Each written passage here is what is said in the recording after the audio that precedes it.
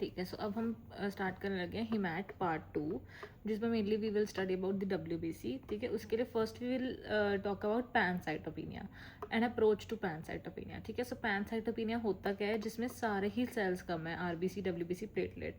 तो आरबीसी कम होने की वजह से क्या होगा, अनीमिया वाले सिम्टम्स आएंगे। डब्ल्यूबीसी के फंक्शन कम होने, डब्ल्यूबीसी कम होना हो, बेसिकली डब्ल्यूबीसी का फंक्शन कम होगा। ठीक है, तो वो उससे क्या होएगा, बार बार रिकरेंट इन्फेक्शंस होंगी। और प्लेटलेट कम होने की वजह से क्या होंगे, ब्लीडिंग मैनिफेस्टेशंस, पर्टिके, परप्यूरा, ये सब हो सकते हैं। ठीक है, तो जब भी पैनसाइटोपिनिया होता है, हमने सबसे पहले क्या चेक करना है कि हिपैटोस्प्लीनोमेगाली है या नहीं है। कैसे पता लगता है हिपैटोस्प्लीनोमेगाली, चलो वो तो टेस्ट तो हम कर ही लेंगे, but their patient will complain of some dragging sensation in the abdomen. तो अगर ऐसी ड्रैगिंग सेंसेशन है तो मतलब हिपैटोस्प्लीनोमेगाली हो सकती है। ठीक है, तो अब अगर तो हिपैटोस्प्लीनोमेगाली है, ठीक है, इसका मतलब है कि मतलब ये मैच्योर सेल नहीं है हमारे पास। ठीक है, पर इमेच्योर सेल्स तो दुनिया भर के हैं, तभी वो स्प्लीन बेचारा काम कर करके उन इमेच्योर सेल्स को तोड़ तोड़ के थक गया। ठीक है, so what can be the one cause, it can B hyper cellular marrow. ठीक है, हाइपर सेलुलर मैरो है और वो बहुत ज़्यादा वो भेज रहा है, क्या भेज रहा है, इमेच्योर सेल्स, तो देर कैन बी ल्यूकीमिया। ठीक है, WHO क्लासिफिकेशन के अकॉर्डिंग अगर मोर देन 20% ब्लास्ट हो इन बोन मैरो या फिर पेरिफेरल ब्लड तो उसे हम ल्यूकीमिया कहते हैं। पर फैब क्लासिफिकेशन कहती है more than equal to 30% blast. तो चलो 20 अकॉर्डिंग टू WBC और फैब में 30, पर हाँ एक हाइपर सेलुलर मैरो में हो गया ल्यूकीमिया। पर अगर तो हिपैटोस्प्लीनोमेगाली है और पर हमने जब बोन मैरो में देखा तो वो ड्राई टैप था। ठीक है, ड्राई टैप मतलब कि जब हमने एस्पिरेशन करा, बोन मैरो एस्पिरेशन, तो कुछ भी नहीं आया।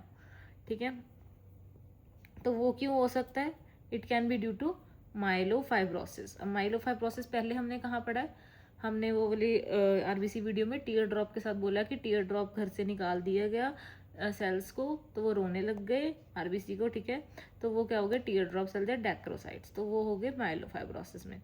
इसमें होता क्या है, basically there is bone marrow infiltration, और इसमें मैंने ये भी बताया था पहले, ल्यूकोएरिथ्रोब्लास्टिक पिक्चर होती है एंड टीयर ड्रॉप सेल्स है, डैक्रोसाइट्स होते हैं। इसमें TGF बीटा जो है वो स्टिमुलेट करती है फाइब्रोब्लास्ट की प्रोलिफरेशन, जिसकी वजह से मैरो का फाइब्रोसिस होता है। मतलब बोन मैरो, माइलो फाइब्रोसिस का मतलब बोन मैरो का फाइब्रोसिस हो गया। कैसे, TGF बीटा ने स्टिमुलेट किया फाइब्रोब्लास्ट प्रोलिफरेशन को। तो इससे क्या होगा, TGF बीटा रेटिकुलन स्टेन्स होंगे, जो कि हम जिससे हम कन्फर्म कर सकते हैं कि बोन मैरो की फाइब्रोसिस होती है। ये होते हैं माइलो फाइब्रोसिस। सही, हिपैटोस्प्लीनोमेगाली ये तो थी है अगर, पर अगर हिपैटोस्प्लीनोमेगाली नहीं है लेकिन फिर भी पैनसाइटोपिनिया है, तो एक क्या हो सकता है, एक तो सच का कॉज हो सकता है कि चलो स्प्लीन तो नॉर्मल है, उसे कोई फर्क नहीं पड़ रहा, लेकिन पैनसाइटोपिनिया का मतलब सेल्स ही नहीं है, तो उसका क्या मतलब होगा कि ए प्लास्टिक अनीमिया, और उसमें टैप पे भी कुछ नहीं आएगा, उसका भी ड्राई टैप होगा। ठीक है, तो ड्राई टैप अगर हुआ और हिपैटोस्प्लीनोमेगाली नहीं है तो मतलब ए प्लास्टिक अनीमिया। इसका मतलब क्या है, more then 50% flat sales in the bone marrow.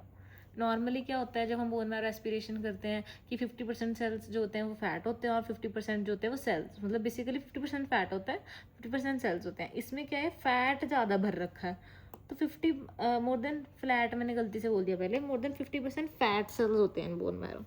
ठीक है, पर ये क्यों होता है aplastic anaemia, it is usually idiopathic हो सकता है, या फिर ये कंजेनिटल प्रॉब्लम हो सकती है, जैसे कि फैनकोनीज अनीमिया में, जिसमें मैंने बताया था फैन नहीं है। ठीक है, रेडियल रे अनोमली है, और क्या बताया था फैन में,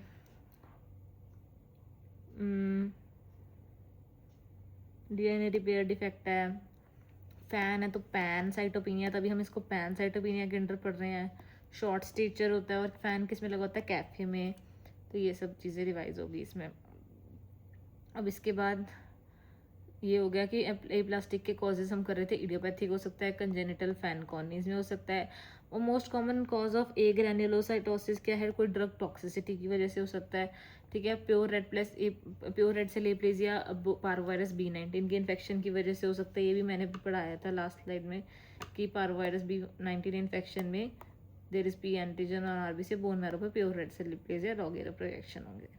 ठीक ठीक है। तो ये सब कॉज हो गए एप्लास्टिक एनीमिया के। और क्या कॉज हो सकते हैं, या कोई वायरल कॉज हो सकता है, Epstein Barr virus, HIV, hepatitis, radiation वगैरह में से।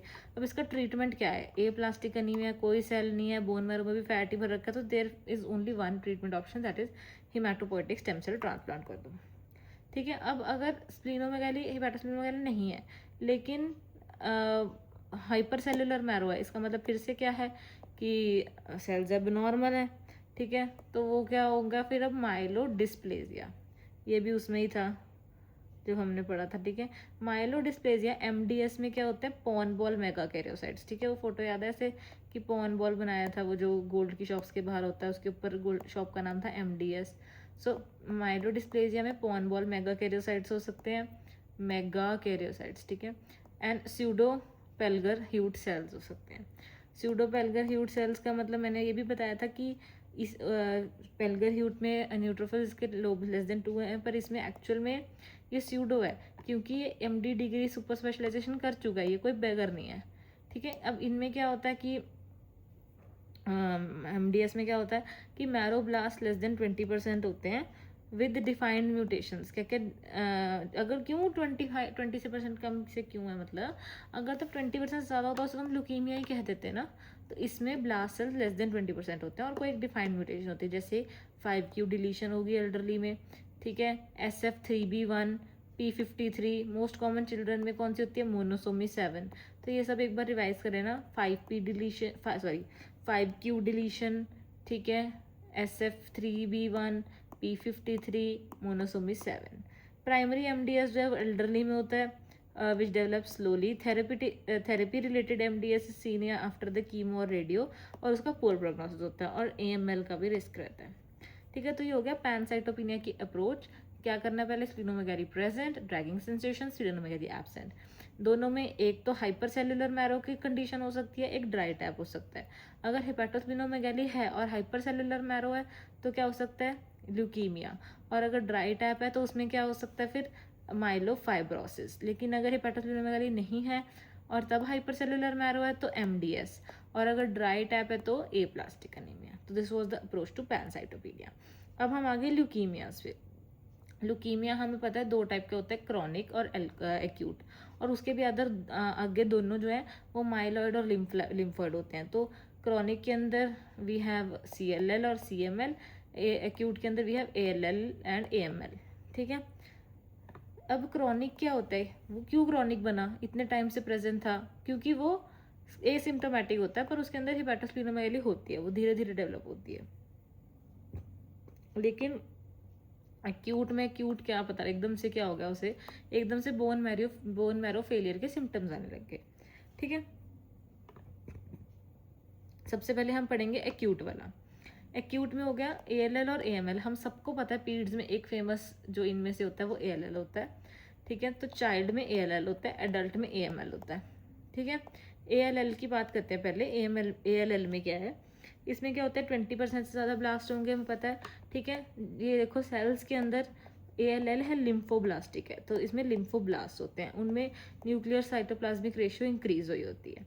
लिम्फोब्लास्ट में हमने फर्स्ट पेज पे हमने क्या पढ़ा था, हेमाटोपोइटिक सेल्स का, कि इसमें TDT पॉजिटिव होता है और काला 10। ठीक है। काला 10 CD10, और पास स्ट्रेन भी डॉट डॉट पैटर्न या फिर ब्लॉक पॉजिटिविटी दिखाता है। ठीक है। अब ALL दो टाइप होते हैं, या तो वो कुछ केसेस में उसका प्रोग्नोसिस पुअर होता है या फिर उसका प्रोग्नोसिस गुड होता है। ठीक है। गुड प्रोग्नोसिस कब होगा, पहले तो ये बताओ। गुड प्रोग्नोसिस होगा अगर वो B सेल टाइप का होगा। ठीक है। अगर वो T सेल टाइप का है तो उसका प्रोग्नोसिस बुरा है, B इज गुड। ठीक है। अगर तो वो L1 है, अभी सिर्फ मान लो L1 पे, तो मान लो फर्स्ट स्टेज पे है, तो गुड बात है ये। अगर L2 L3 है, इसमें बर्किट लिखा है, ठीक है, तो वो पुअर प्रोग्नोसिस की बात है। अगर A <1 मोर देन 10 ईयर्स है, मतलब कि बेसिकली एक्सट्रीम्स ऑफ एज है, तो वो extremes of age in children. ठीक है। मतलब बच्चों में 1 साल से छोटा, 10 साल से बड़ा जो है वो हो गया एक्सट्रीम। ठीक है। तो फिर वो उसमें पुअर प्रोग्नोसिस है, अदरवाइज गुड प्रोग्नोसिस है।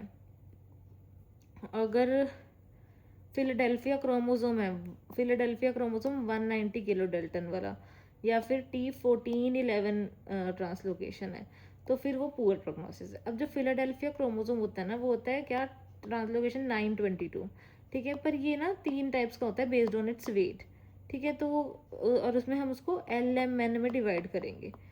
क्या होता है बेस्ड ऑन इट्स वेट, 190, 210, 230, ये हमने ऐसे ऑर्डर में लिख दिया प्लस 20 ऐड करके, ठीक है। तो LMN में क्या हुआ, ALL, AML, CNL, ठीक है। तो इसमें अगर फिलाडेल्फिया क्रोमोसोम है ALL में, तो ये बुरी बात है।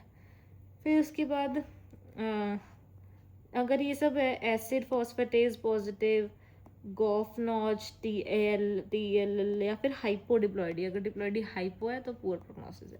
पर गुड प्रोग्नोसिस में क्या हो गया कि अगर प्री बी सेल टाइप का है, L1 का है, हाइपर डिप्लॉइडी है, ट्रांसलोकेशन कैसी है, अब ना 3 नंबर गुड होता है। अगर 1 2 2 1 ट्रांसलोकेशन है, मतलब 1 + 2 3, 2 + 1 3, ठीक है, 3 से रिलेटेड हो गया, गुड प्रोग्नोसिस।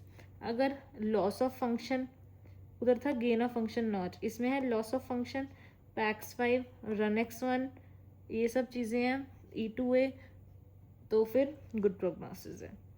ट्राइसोमी 4 7 10, तो गुड प्रोग्नोसिस है, ठीक है। ट्राइसोमी है अगर, तो गुड प्रोग्नोसिस। तो ये थोड़ा सा पता होना चाहिए कि क्या चीज़ पुअर प्रोग्नोसिस के अंदर आ रही है और क्या चीज़ गुड प्रोग्नोसिस के अंदर आ रही है। ALL की अब एक फैब क्लासिफिकेशन होती है, ठीक है, जिसमें हम इसको L1 L2 L3 में डिवाइड करते हैं। L1 मोर कॉमन, L1 मैंने बताया था कि किस में, गुड प्रोग्नोसिस में, और L3 लीस्ट कॉमन है, ठीक है। और ये बेकार प्रोग्नोसिस में आता है क्योंकि इसमें साइटोप्लाज्मिक वैक्यूलेशंस होती हैं, जिसको हम कैसे स्टेन करते हैं, ऑयल रेड O से, ठीक है। मुश्किल से ही कर पा रहे हैं क्योंकि ये बेकार है। अब ALL की एक WHO क्लासिफिकेशन होती है जो इसको BALL और TAL में डिवाइड करते हैं। देखो B वाला गुड था, T वाला बेकार है, तो वैसे TALL बेकार है। क्यों? क्योंकि इसमें टिश्यू इन्फिल्ट्रेशन हो जाती है, CNS, मीडियास्टाइनम, टेस्टिस ऑफ मेल्स, ये सब इन्वॉल्व हो रहे हैं, तो ये बेकार हो गया, ठीक है। तो अब इसके बाद